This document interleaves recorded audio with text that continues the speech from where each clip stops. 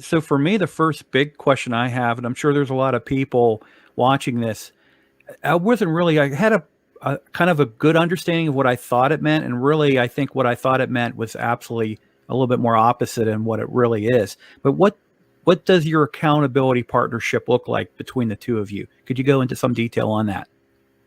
Definitely. Laura, do you want to kick it off?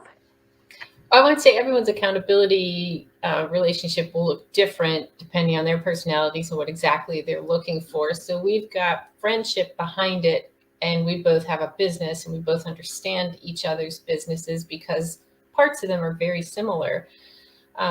So ours, I would say, is really helping each other clarify the ultimate down the road big goal and then the smaller steps to get there. Um, Clarifying success, because we do have different definitions on that, as MJ hinted at.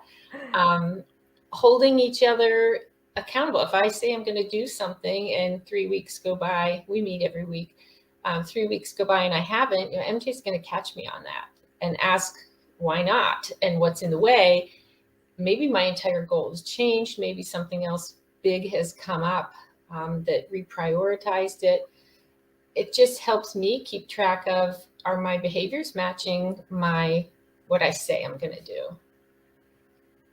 So that's part of it. I'll let you jump in, MJ. I've got a whole list of things.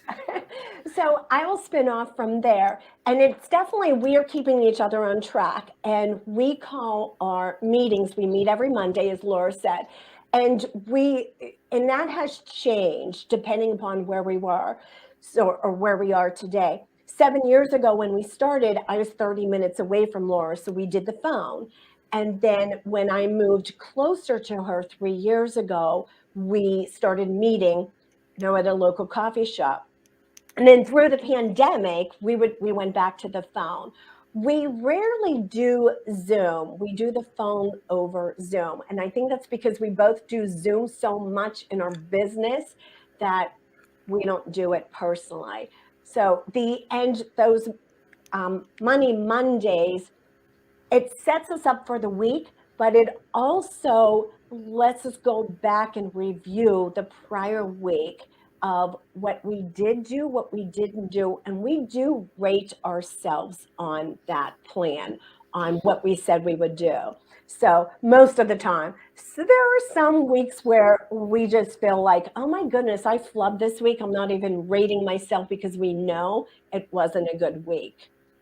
So it does give us closure. Let me just jump in, closure of the past week, because so often people just plow through life and you're doing 10 things at once and you never stop and recognize the closure and really what you did finish and did accomplish. And you might not have accomplished your whole goal, but you accomplished probably several steps toward it. And without taking the time to really go back and have acknowledgement, even hearing yourself say, I did that, I finished that. That alone gives you momentum and motivation to keep going, but it also, your brain likes to hear that you did something, that you finished something, files that away, and then you use that to keep moving.